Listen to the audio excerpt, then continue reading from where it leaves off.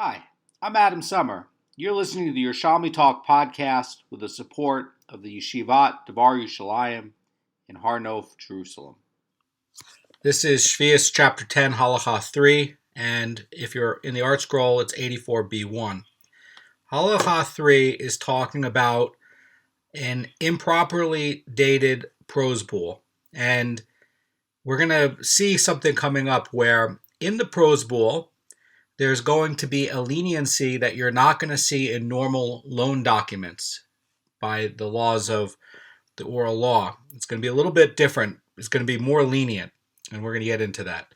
So the Mishnah says that a predated prose bowl is valid, but a post-dated one is invalid.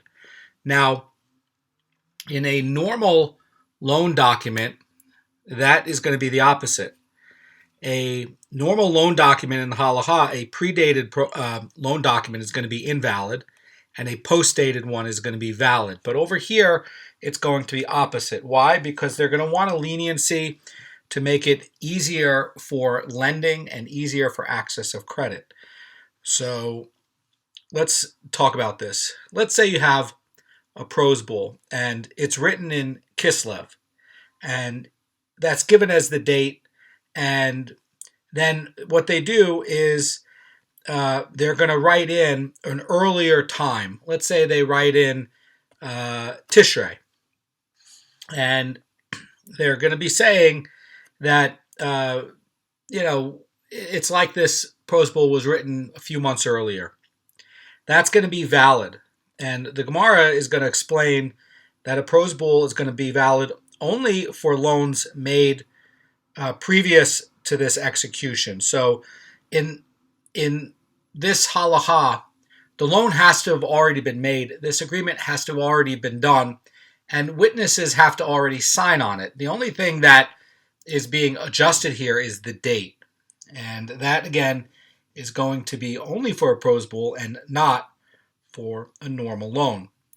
So the idea here is that a prose bowl is going to be valid only for loans made before its execution. And by predating the document, the creditor harms himself. Why? Because the prose bowl is only going to protect loans made before the date that's shown on it, so that consequently there's going to be no reason to disqualify this document.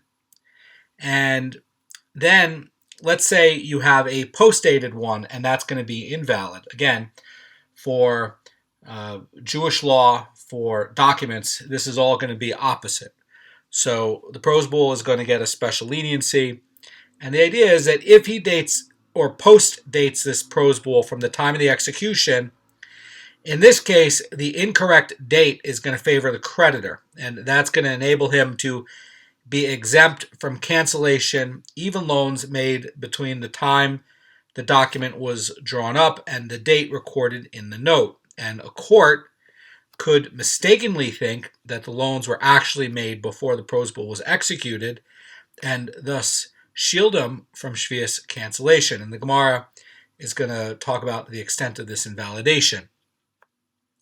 Mishnah is going to continue. It's going to talk about loan documents that are misdated. So a predated loan document is invalid, but those that are post-dated are valid.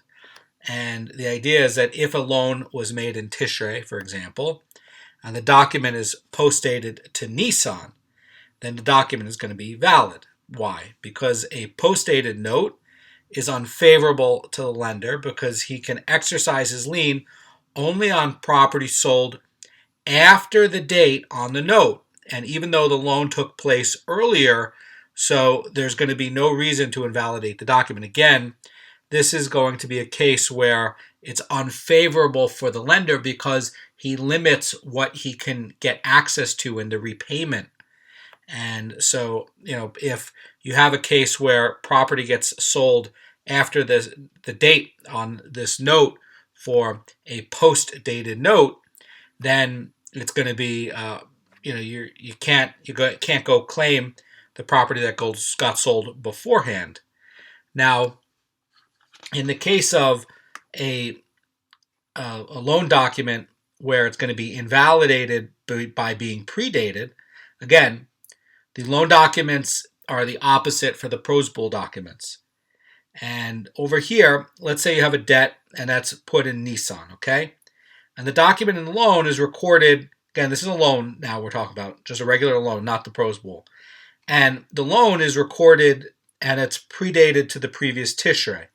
That's not going to be allowed. Why?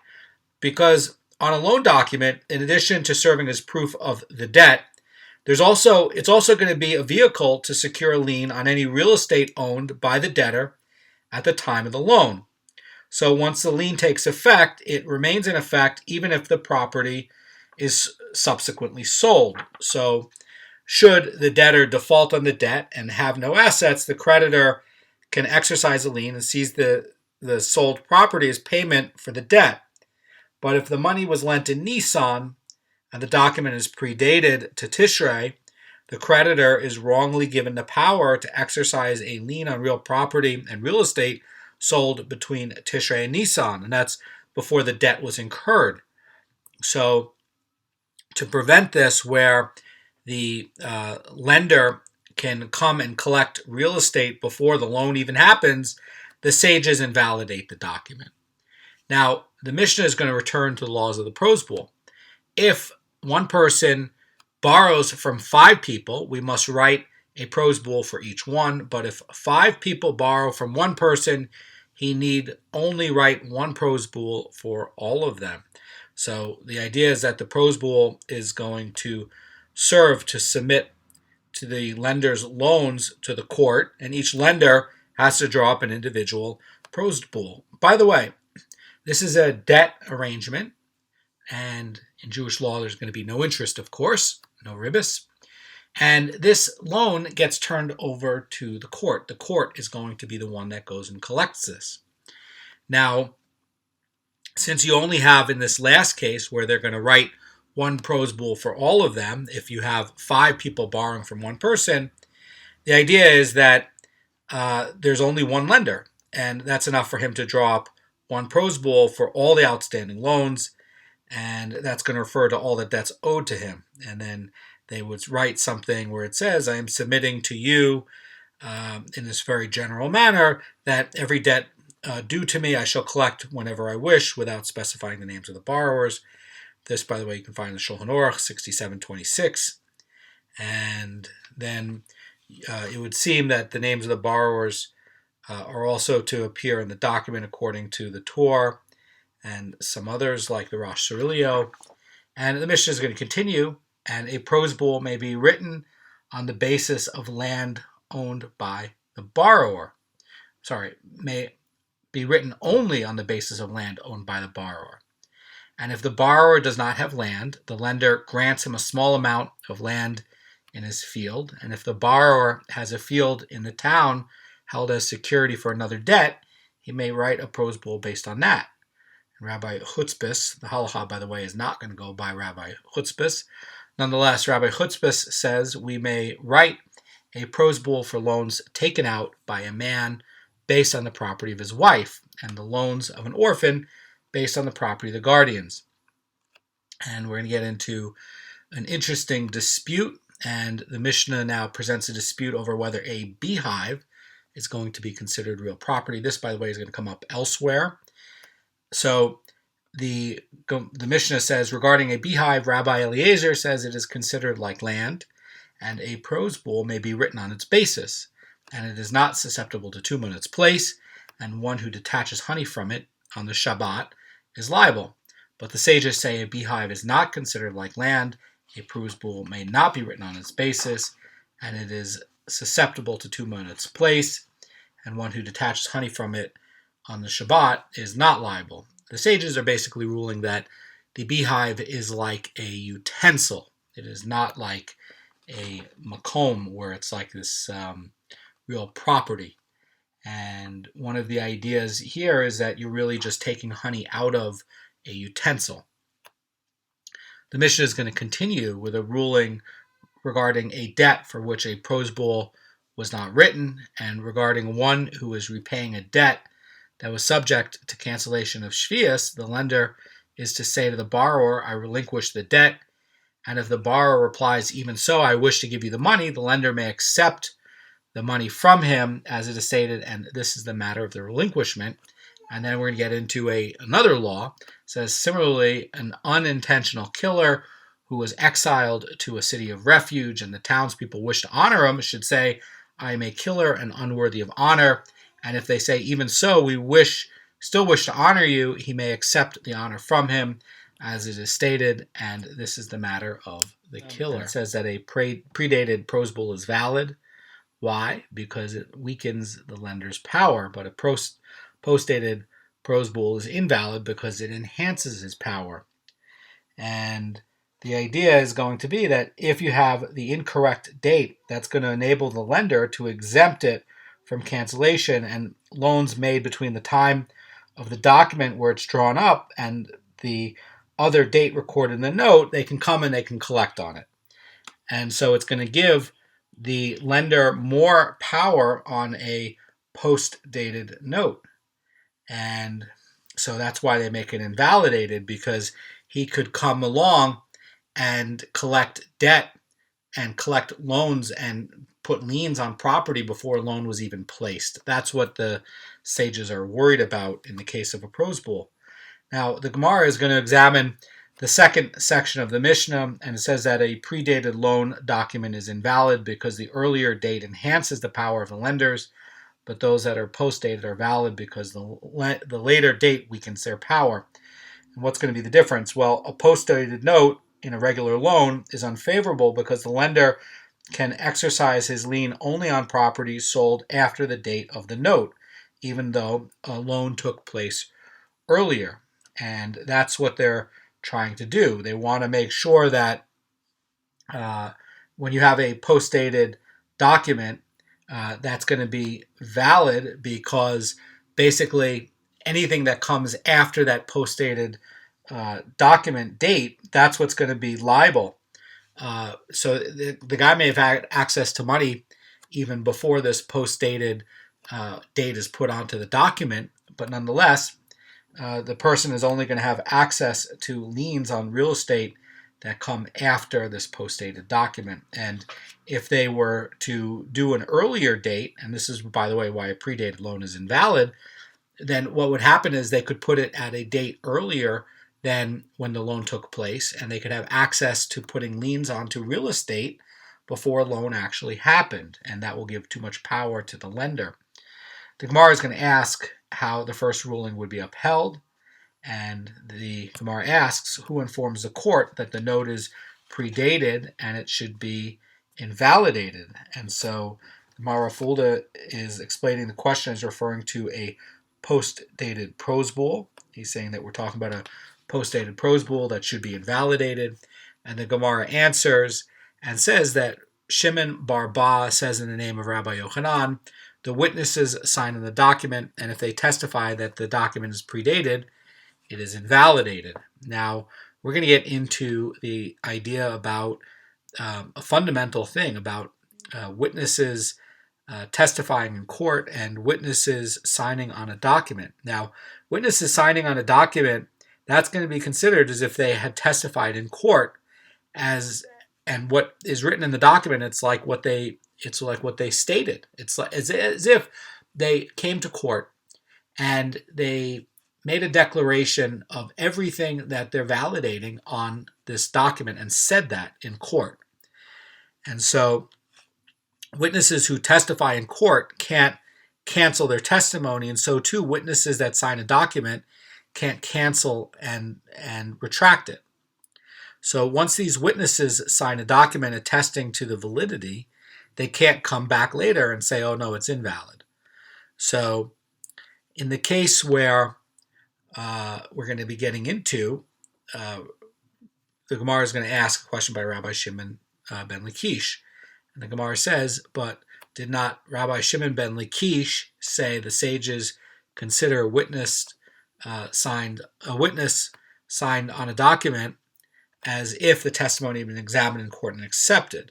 So the question is, how could a witness be believed that the document is invalid after testifying that their signature is as if it's valid?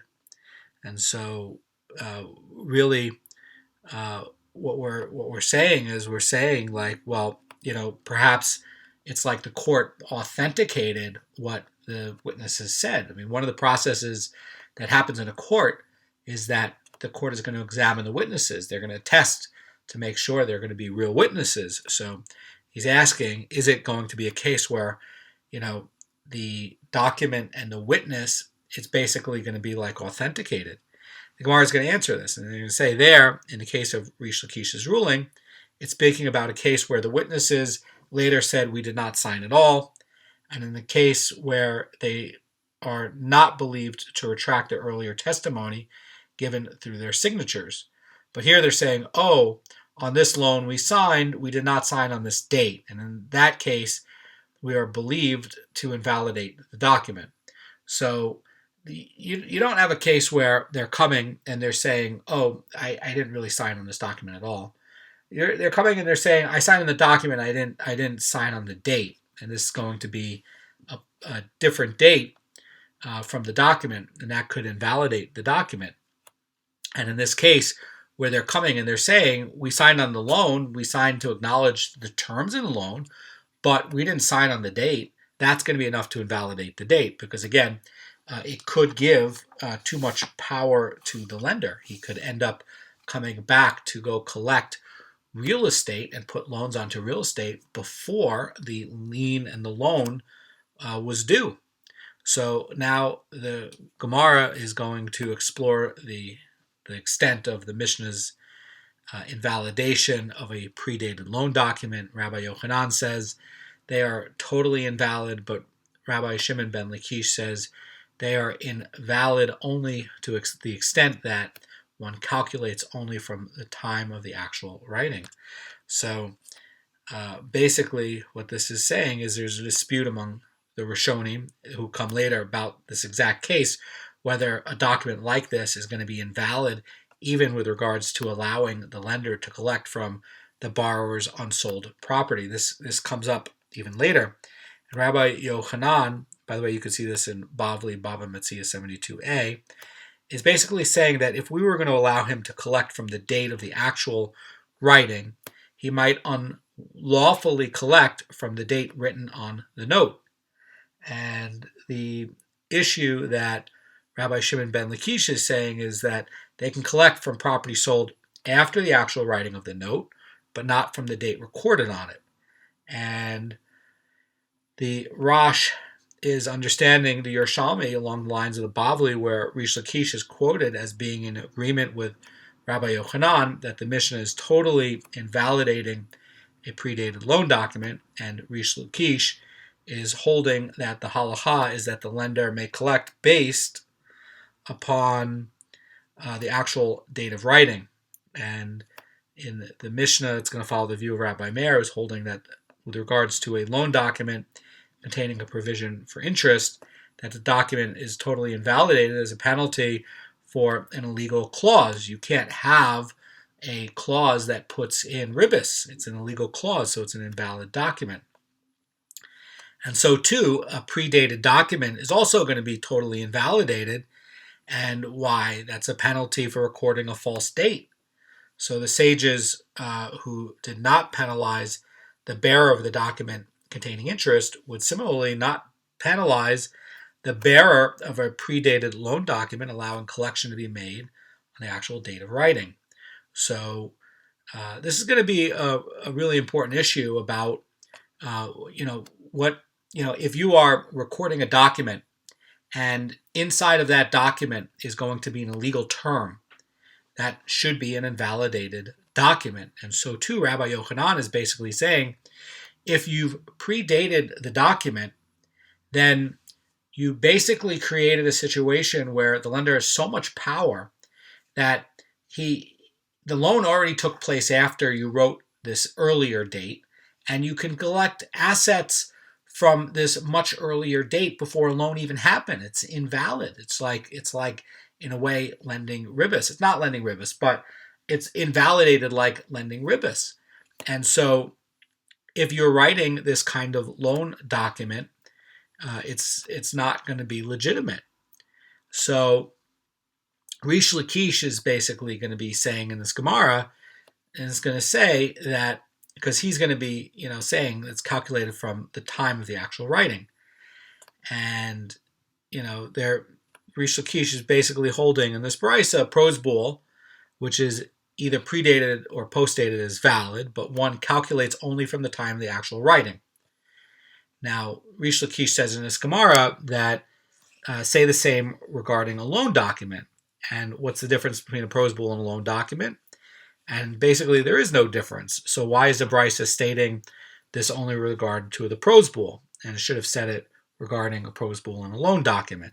So according to the calculation of Rish Lakish, he's saying that the document is still valid, the postdated document is still valid, but you disregard the earlier date. You're only looking at the time of the writing. And Rabbi Yochanan says, no, if you've predated it, it's totally invalid, just like lending interest. And so you don't do the formulation by Rabbi Shimon ben Lakish where you're only looking at the time of the actual writing and calculate based on that. He's saying, no, it's invalid. And Rish Lakish says it is valid. So the Gemara is going to record another brisa regarding a misdated note. And it says regarding a loan document whose date is recorded as being on a Shabbat or on the 10th of Tishrei. 10th of Tishrei, by the way, is Yom Kippur. So here you clearly have a date that is put in at a later time. And what date did they write at a later time? Mistakenly, they wrote Yom Kippur, or they wrote a day for Shabbat. You can't take out loans or make loans or lend money on Shabbat. You can't document loans on Shabbat. So clearly this is not a real document. Clearly it's a post-dated document. And again, according to Rabbi Yochanan, that a post-dated document is going to have some issues. So, he's gonna say it's not just having issues, but it's totally invalid. So the question here, so Rabbi Yudah rules it valid in this Gemara because he assumes it's post-dated. And Rabbi Yosei, though, invalidates it. And Rabbi Yosei is basically worried that this is obviously an accurate date. So there's a document that's here from before when an actual loan took place, and they wrote in a date later. So Rabbi Yudah responds to Rabbi Yossi and says, but an incident involving this type of document once came before you in Sippuri, and you ruled it valid. And Rabbi Yossi replied, he said, I did not rule it valid, and if I ruled it valid, I mistakenly ruled it valid, and I now rescind that ruling. So he's saying that I didn't do it. And the Gemara is going to analyze this, and they're going to say the members of the Academy, wish to say that the one who said that it is invalid, this is Rabbi Yossi's opinion, said so because they're worried about it being predated.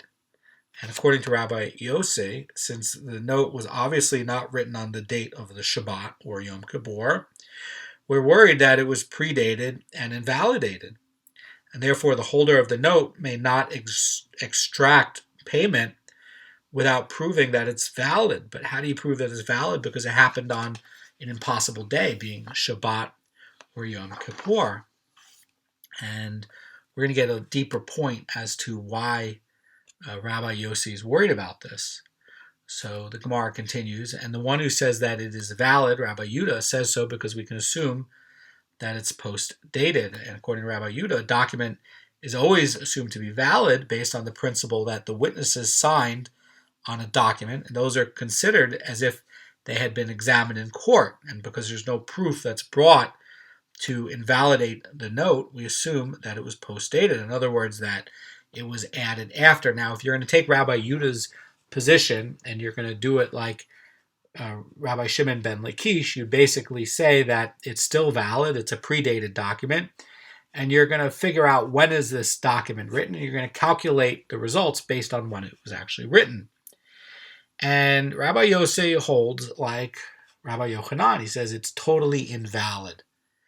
And the Gemara says that rather the one who says that it's invalid said so only out of concern of forgery.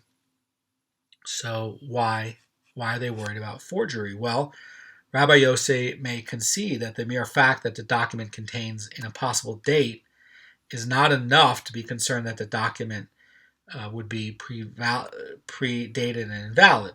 But what the date on the document does show, however, is a reason that the document may be a forged document, and therefore there is verification that the note is valid. In other words, the signatures of the witnesses have to be verified, and the document would be valid according to Rabbi Yossi under the assumption that it is predated, assuming that you can verify this with the witnesses. But if you can't verify it with the witnesses, you have to worry that it's going to be a fake document.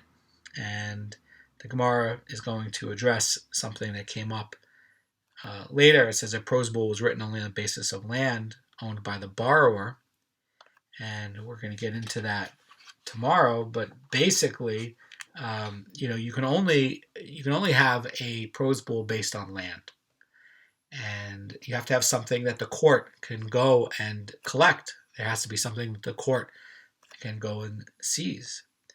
And in the Gemara that's going to be coming up, Rav is going to say that this requirement is filled only when both the lender and the borrower have land. This, by the way, is not going to be the halacha, but according to Rav, and this, by the way, is going to be a minority opinion, basically a lender also has to own land so that the borrower, if the borrower were to sell the real property, the lender could transfer him some of the land to the lender to maintain the eligibility of the prose bull.